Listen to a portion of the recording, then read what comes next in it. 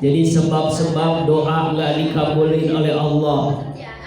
Ini ungkapan dari ulama namanya Ibrahim bin Adham. Ketika para jamaahnya, murid-muridnya bertanya, "Hai Syekh, hai guru, ud'uni astajib lakum." Allah berfirman, "Berdoalah kepadaku, pasti Allah kabulkan." Tapi ya Syekh, saya doa sudah lama, tapi kok belum dikabul-kabulkan. Apa penyebabnya? Ada 10. Minggu yang lalu udah sampai berapa? 5. Ulang dulu. Yang pertama, kamu kenal Allah tapi tidak melaksanakan haknya Allah. Kenal Allah nggak? Kenal siapa? Tuhan kita. Tapi tidak melaksanakan haknya. Maksud adalah tidak mau menyembah kepadanya, melalaikan tugas kita sebagai hambanya. Itu yang pertama, yang udah dijelasin minggu lalu. Yang kedua penyebabnya, kamu membaca Al-Quran tapi kamu tidak mengamalkan isi dari Al-Quran. Quran dibaca berkali-kali khatam, ayat demi ayat, surat demi surat, tapi isi kandungannya tidak diamalkan. Ini menyebabkan doa enggak dikabulin sama Allah Subhanahu. Yang ketiga penyebab doa tidak dikabulkan, kamu tahu iblis, setan itu musuh bagimu, tapi kamu seringkali ikuti perintah iblis, mengikuti perintah setan. Padahal setan musuh kita, tapi seringkali perintahnya diikuti. Itulah yang menyebabkan doa nggak dikabulin sama Allah. Yang keempat, kamu ngomong cinta nggak sama Nabi? Cinta, tapi tidak pernah melaksanakan sunnahnya Nabi. Ya Bu, cinta nggak Nabi? Cinta, tapi nggak pernah melaksanakan sunnah Nabi. Nabi tahajud, kita males tahajud. Nabi sedekah, kita jarang bersedekah. Nabi tidurnya sedikit, kalau kita sedikit-sedikit tidur. Nabi sedikit makan, kalau kita sedikit-sedikit. Nah itu beda. Itulah yang menyebabkan doa nggak dikabulkan oleh Allah Subhanahu. Yang kelima, kamu ingin masuk surga. Semua kita ditanya mau masuk surga enggak? Mau, tapi tidak pernah mengamalkan amalan ahli surga. Ya Bu, pengen masuk surga, pengen, tapi enggak pernah mengamalkan amalan ahli surga. Inilah penyebab doa tidak dikabulkan oleh Allah Subhanahu. Yang kelima sudah dijelasin minggu lalu. Sekarang yang keenam, penyebab doa tidak dikabulkan oleh Allah, idda'aitum khaufan nar wa lam tantahu 'anil dzunub. Kamu takut akan siksa neraka, kamu tidak henti-hentinya berbuat untuk masuk neraka. Na'udzu. Seringkali kita doa habis selesai sholat, Allahumma azirni minan nar, jauhkan hamba dari api.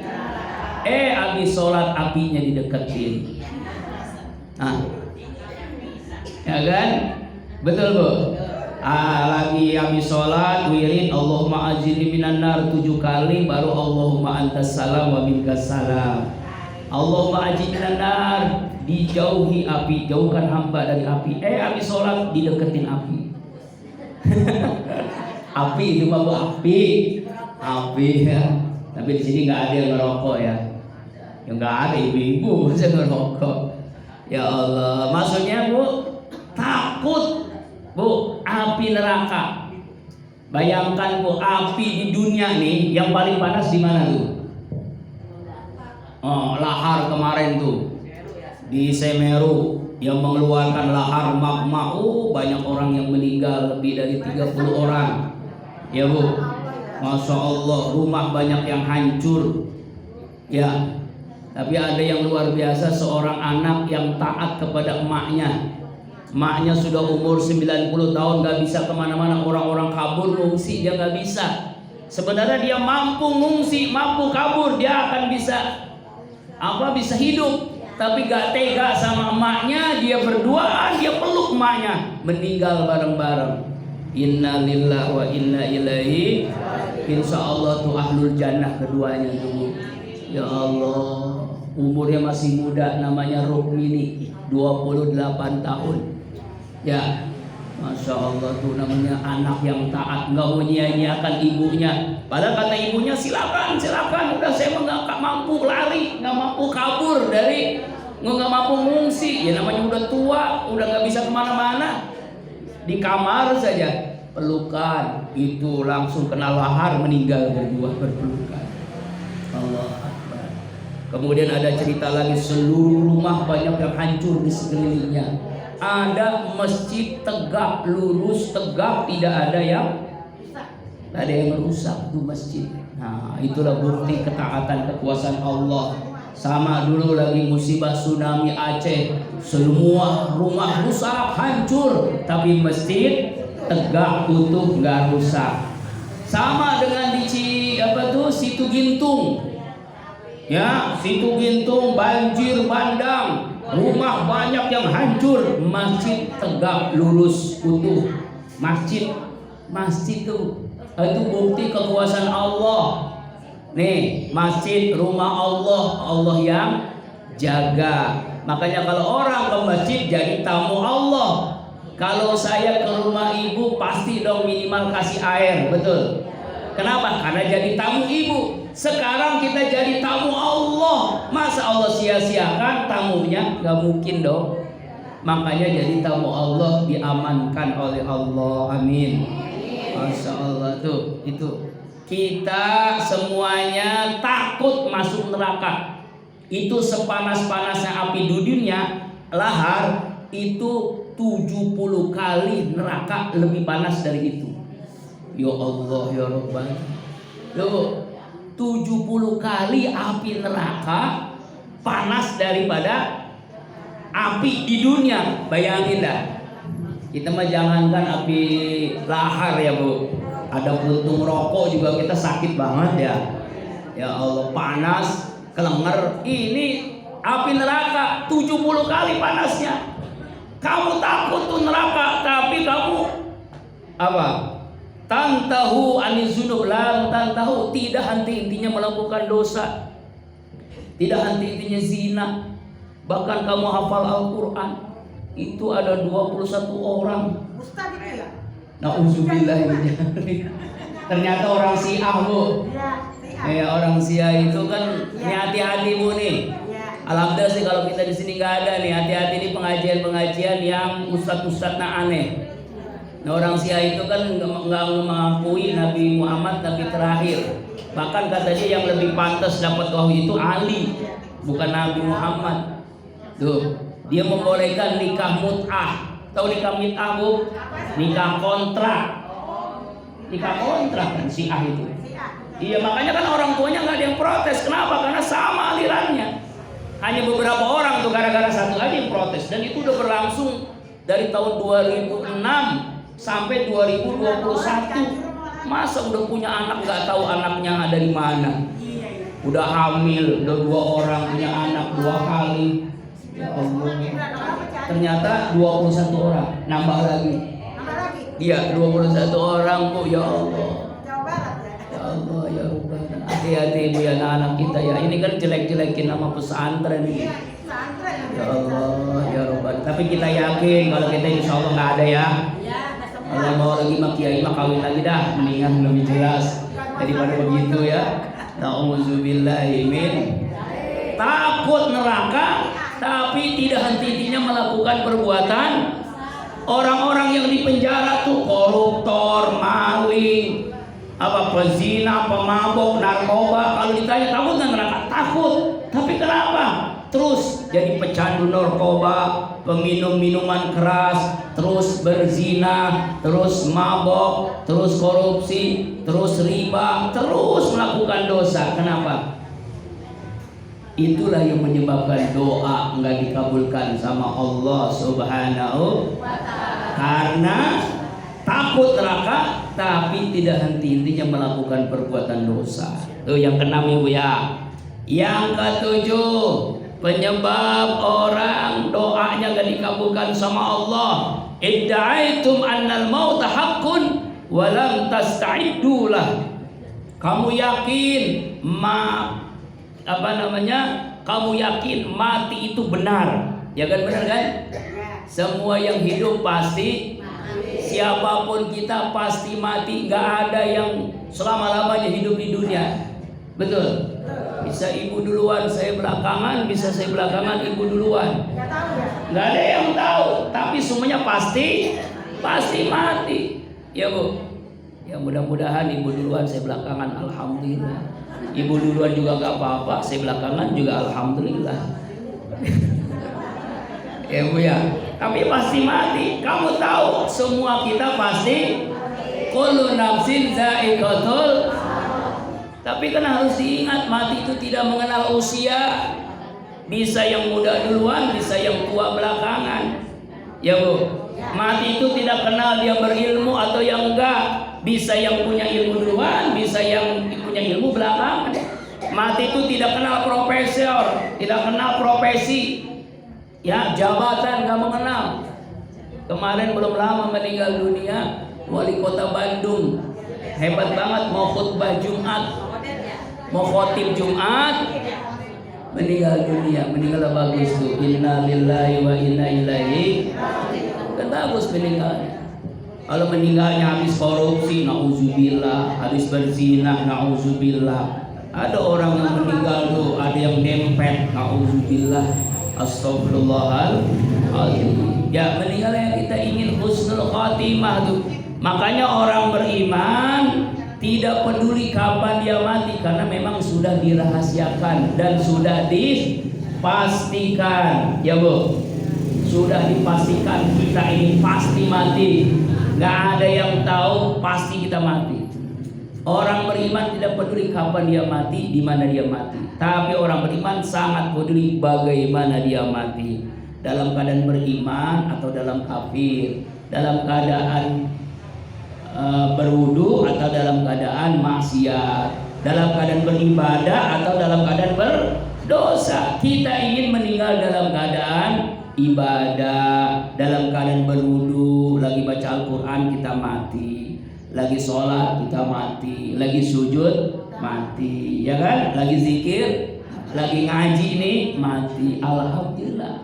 Kalau kita mati lagi mancing, ya, lagi nyekek botol, lagi ngerumpi, ya Allah, lagi hasutin orang, lagi jelek-jelekin orang, mati, na'udzubillahi min.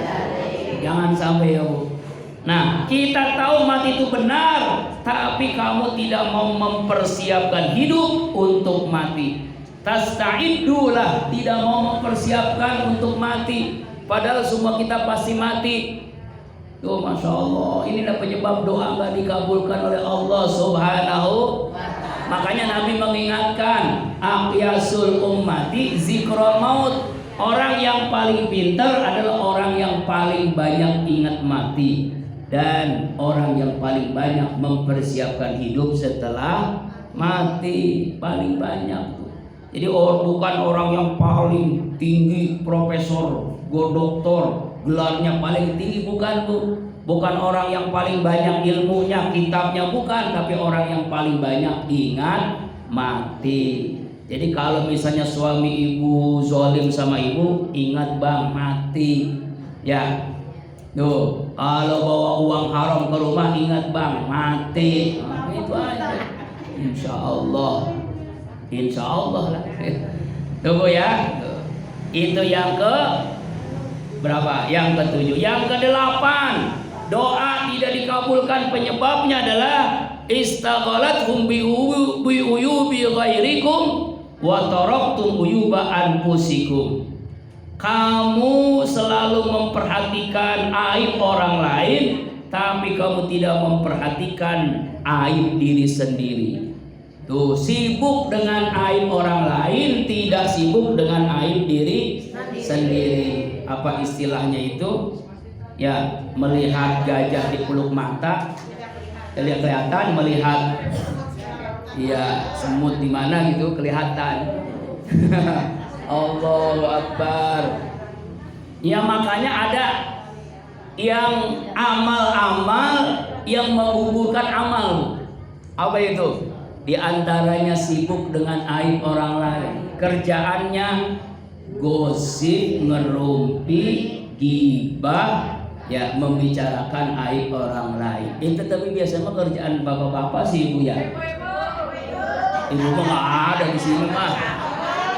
Ada bapak-bapak itu mah.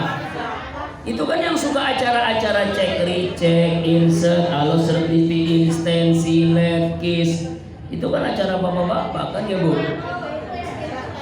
Ya Allah ya Rabban. Kalau ibu-ibu kan sepak bola, ya mancing, itu ibu-ibu mah. Allahu Akbar. Itu yang disebut dengan makan bangke saudaranya sendiri. Itu apa? Gibah tuh. Ayuhibu ahadukum ayyakul lahma akhihi maitan fakaritumu. Al-Hujurat ayat 11. Kamu suka nggak makan bangkai saudaramu sendiri? Orang mati lalu kita makan, mau nggak? Jangankan manusia ya bu ya, ikan yang mati pun kadang kita jijik nggak mau makan, padahal halal itu. Udah 3 hari mati, nggak mau, kita bau, nggak mau kan?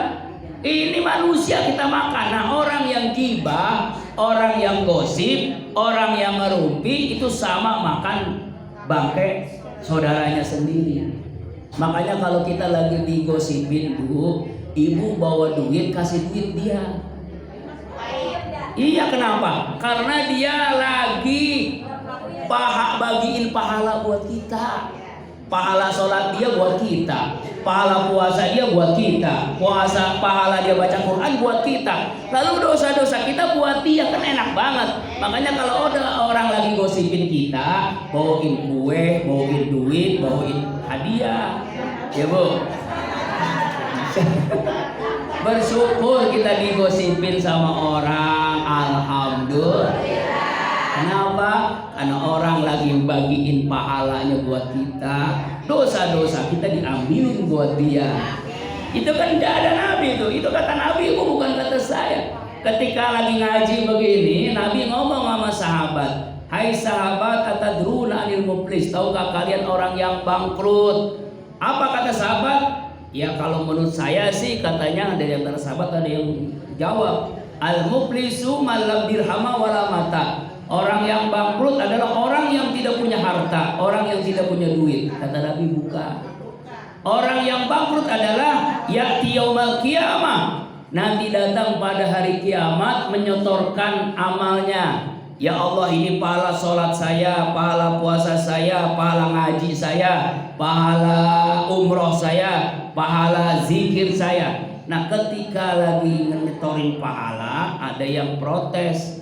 Ya Allah ya Rabb, emang ibu ini rajin sholatnya, 5 waktunya, tahajudnya, duhanya, ngajinya, paling rajin.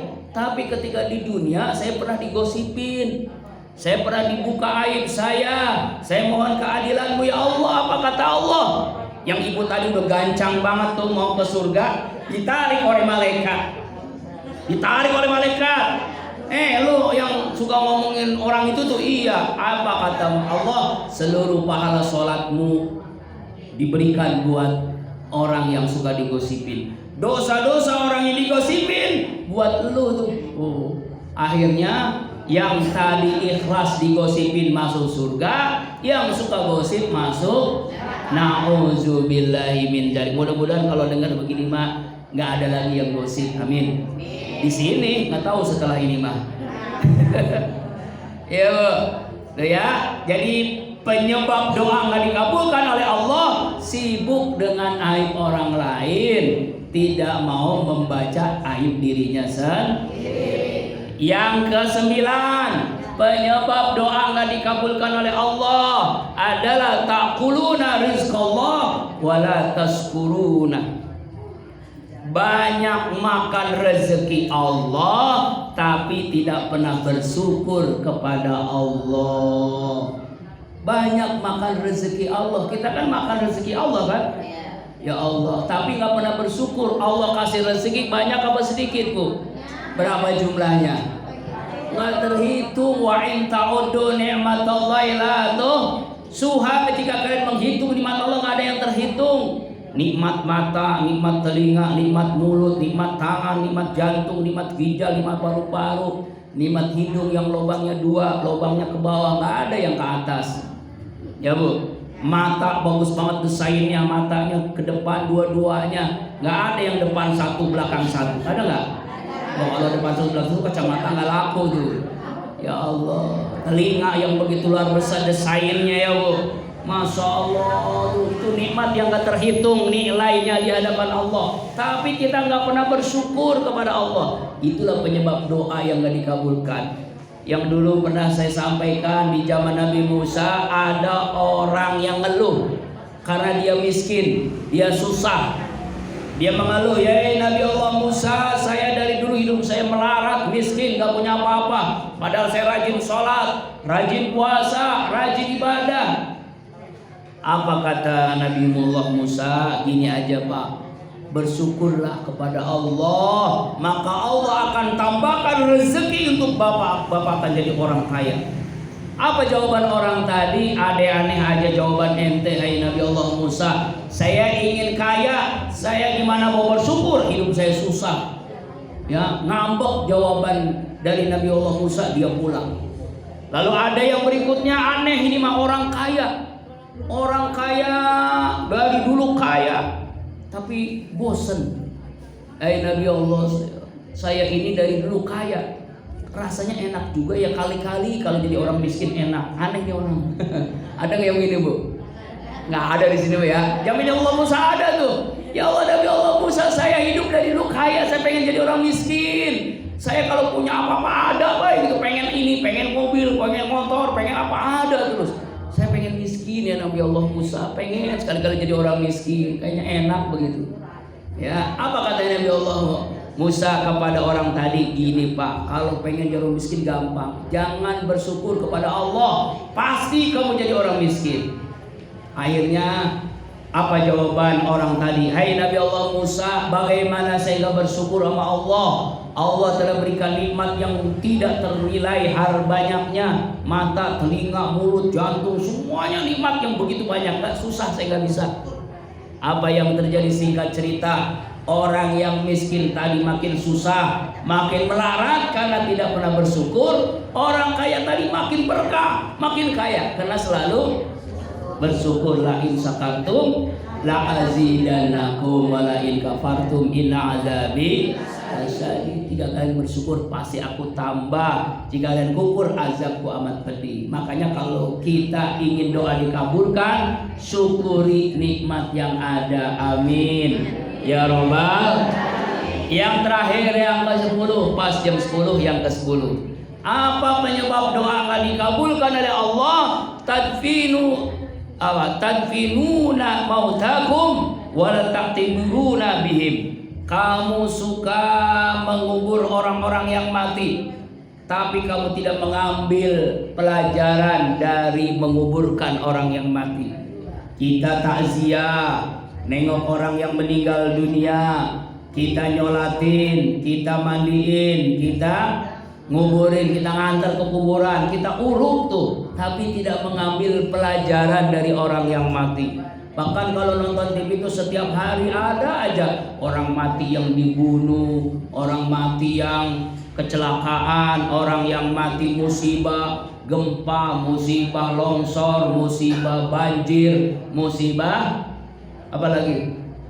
Musibah gunung meletus. Oh lihat tuh, tapi tidak mau mengambil pelajaran. Itulah penyebab doa tidak dikabulkan oleh Allah Subhanahu wa ta'ala. Ini 10 ini mudah-mudahan kita jauhi dan doa kita dikabulkan oleh Allah Subhanahu wa ta'ala. Amin ya rabbal alamin. Ya Rahman ya